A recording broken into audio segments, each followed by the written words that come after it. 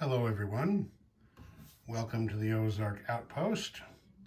We're back here again for another turn of Operation Goliath. This time it's the Soviet Union and the CCP in, what is this, 3.2, July 1937. And one thing I need to cover, housekeeping thing real quick, I did not read the rules closely enough on the Spanish Civil War. The supply markers from the Soviets to Madrid cannot be saved. They have to be used immediately. As I said, I didn't read the rules closely enough, so I took away the two that they had been stockpiling. From now on, when the markers arrive, I will use them immediately for the correct thing. I also have been kind of screwing the nationalists because the Allies haven't been trying to send any supply markers, which could have benefited them. So I guess both sides have suffered more or less equally. One other thing, the United States, I have been forgetting to credit them for their resource marker for Philippine iron ore. So since it was only 2 turns they were shorted, I have added those $2 to the American bank to bring them up to snuff. Okay, housekeeping over with. The Soviets are going to try to influence Turkey, and they're going to have another go at Afghanistan and Mongolia. So here we go. Let's see, we'll choose the orange die this time. So Turkey, 3 or less. Oh, there's a 3. The Soviets are on the board. Yeah, we'll just let them use that again. That might be a lucky die for them. Okay, Afghanistan is neutral. Yes. Double check. Yeah, so that's going to be a 2 or less on Afghanistan. Missed it with a 4. Mongolia is pro-Soviet, so it's 3 or less. Well, that is a lucky die, because guess what? The Soviets now control Mongolia. Hooray! Much celebration in Moscow.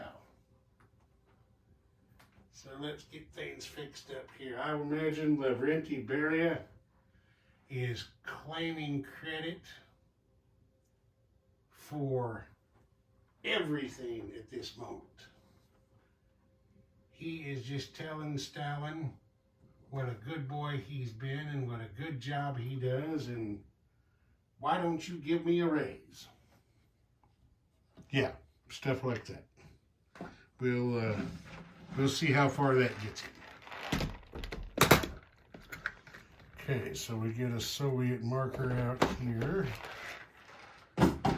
And we'll come over here to the Turkey card.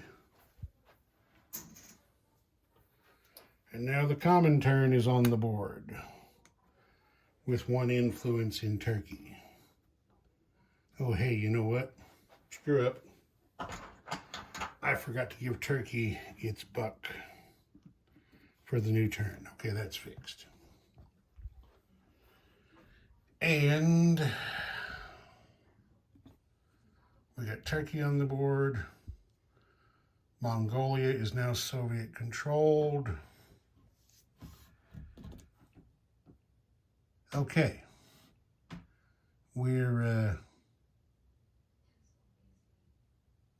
We're cruising here. One of the things I'm learning as I play this, because I've never played diplomacy before. I mean, okay, the Soviets now control Mongolia, but Mongolia can't do anything for the Soviets. The Soviets can't align them by the core game rules until both of these are at war with Japan or Germany, or, I mean, what the hell is Germany going to be doing declaring war in Mongolia? It would have to be Japan. So if Japan just leaves Mongolia alone, there's no benefit to the Soviet. The same thing with the British down here in Iran. If everybody just ignores Iran and leaves it alone, there's no benefit to the Brit because it's just controlled. It's not aligned until they're both at war with the same major power. So I might have to read into the rules some more, or if somebody can explain to me if I'm looking at this correctly or if I'm screwing up.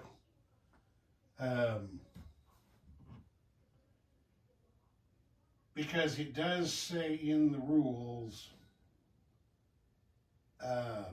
aligned.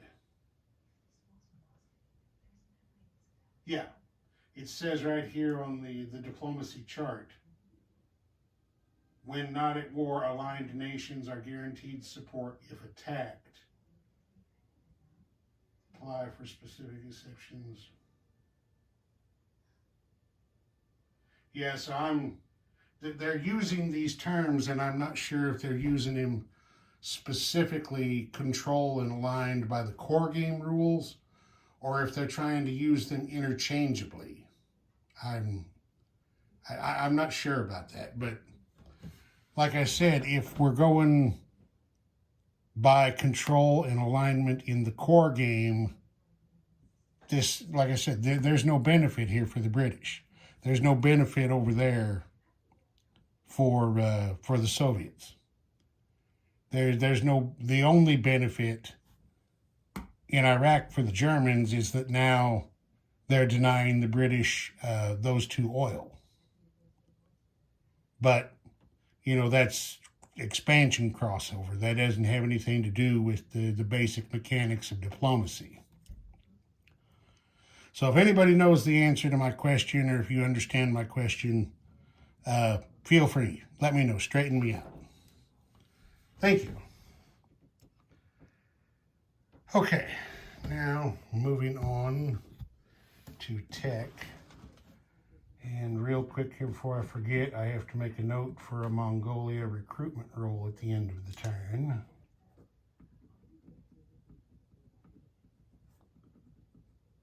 So I don't forget that. Okay, there we go. The Soviets are trying for, turn that a little bit, advanced artillery, advanced mech, jet fighters, and wartime economy.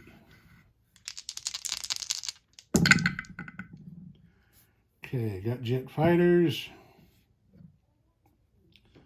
got wartime economy, missed the other two.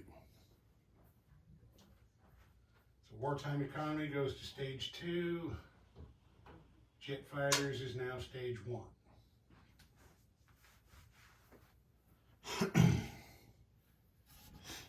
Purchase. The Soviets, oh wait, I'm trying to cheat the Soviets. Got to get their Moscow gold on the edge of the card there. The Soviets are sending the free supply marker to Madrid. They're also lend-leasing the Republicans in infantry. Stalin is really yucking it up over Mussolini's problems in East Africa. So he's going to lend-lease Abyssinia another infantry to try to keep the fun going down there.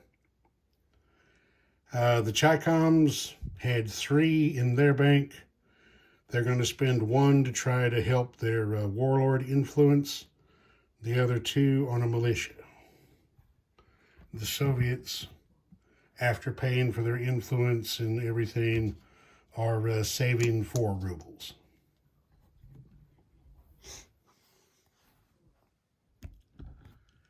Okay. We are going to have a touch of combat this time. Stalin, I don't know, he's just, in one of those moods. He's decided to rattle Emperor Hirohito's cage with a border clash. he's going to send an infantry and a motorized infantry from Amur in a border clash against militia and a motorized infantry in northern Manchuria.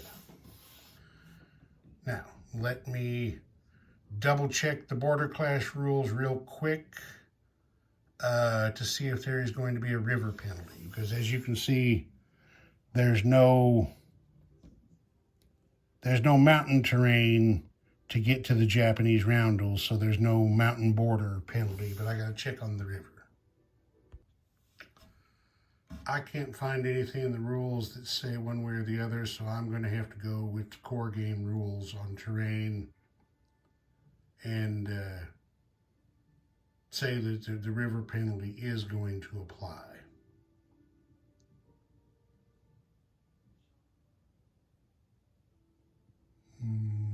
Yeah. So that suddenly doesn't make that too good of an option. 2 2s attacking a 2 and a 4. No, actually it would be 2 1s attacking a 2 and a 4.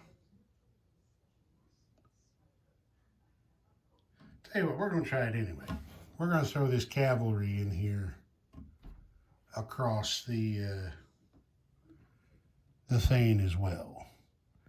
That would be a mountain border for them to cross to get in there, so they'll be attacking it a 2 instead of a 3. Yeah, let's go on and do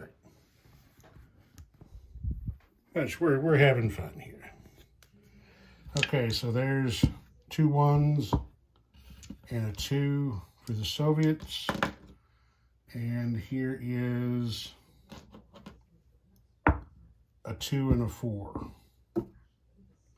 Okay, for the Japanese. Okay, the Japanese missed. We have 1 hit.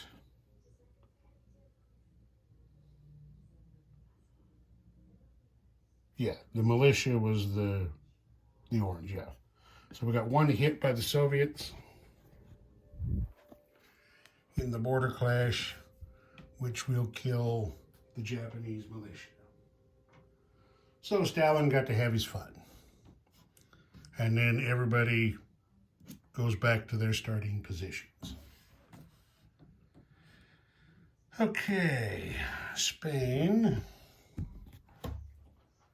We need to get our red bag over here and get the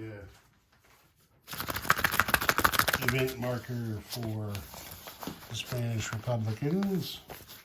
And they come out with, I believe that is aid from Mexico. Let's go have a look. I believe that's what it is.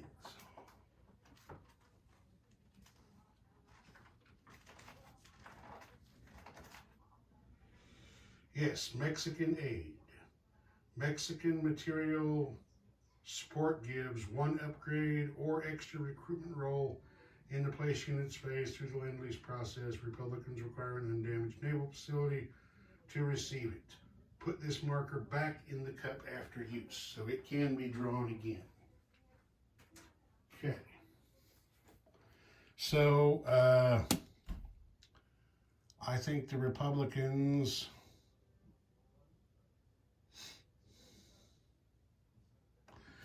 they're going to choose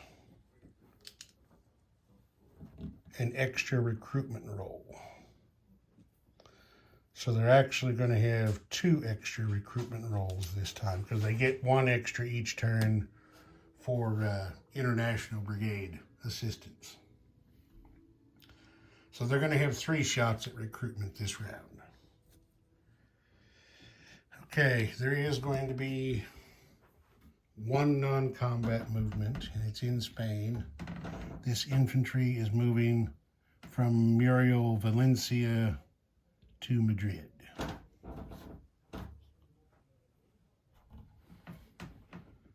Okay, collect oil. The Soviets did not spend any oil this turn.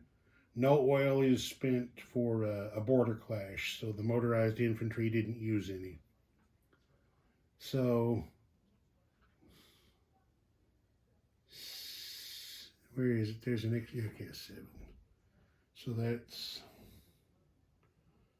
4 oil added to the Soviets. I will do that off camera.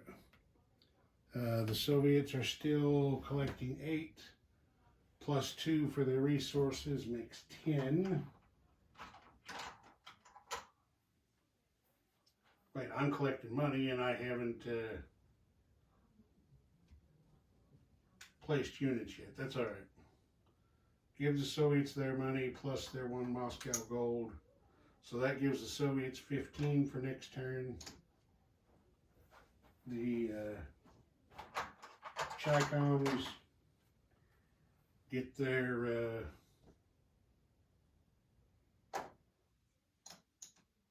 the Chi-Coms get their 3, 2 for Shenxi and 1 for the cotton resource.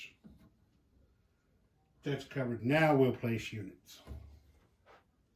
See, I'm getting ahead of myself. Okay, so what we're going to do, the Lend-Lease infantry lands there at Muriel Valencia. The supply marker arrives in Madrid, and it's going to be used, let me get these out of the way. It has to be used immediately, so it's going to be a military upgrade to make this infantry a mountain. That's how you do that properly by the rules. Now I'm doing things the way I should be.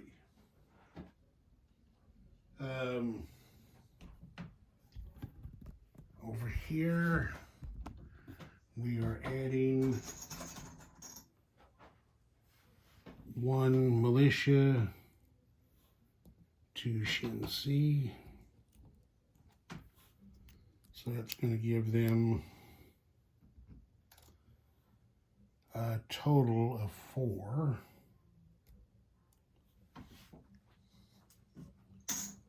And then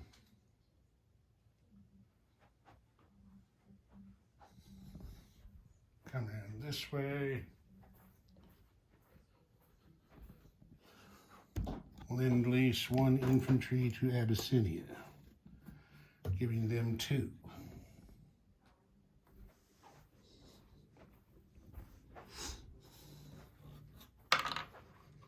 Okay. We did oil, we did money. So now it's time for some more rolling. You know, the Soviets are going to keep their lucky orange die and do the warlord recruitment roll. Looking for the same ones, the ones in the northern provinces. Looking for 2 or less. Oh, look at that. The lucky orange die. So now, these 3 zones right here have just become CCP. So let me straighten some stuff up and we'll be right back. Okay, I've put on the CCP roundels and changed out the units, and I have adjusted CCP's income up by 4. They're now at a 6. That paid off for them pretty big. Okay, now they do their recruitment roll. They're looking for a 2 or less. Oh no, 1, 2, 3. They're looking for a 4 or less. I missed with the 12 that time. Okay, Spain is doing its regular recruitment roll. They have 3 territories. Miss. Okay, they get their extra roll from Republican Brigade Assistance. Okay, there's 1 recruitment for Spain, and then they're getting the extra one from the Mexican aid. Yep, there's 2. So the Republicans can choose 2 infantry, 4 militia, 1 infantry, 2 militia. How do they want to do this? I think they're going to choose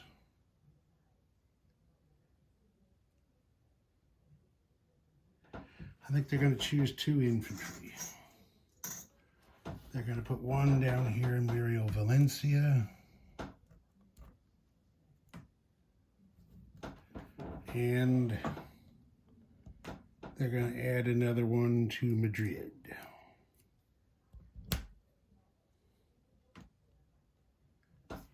Yep, I think that's the way to do that.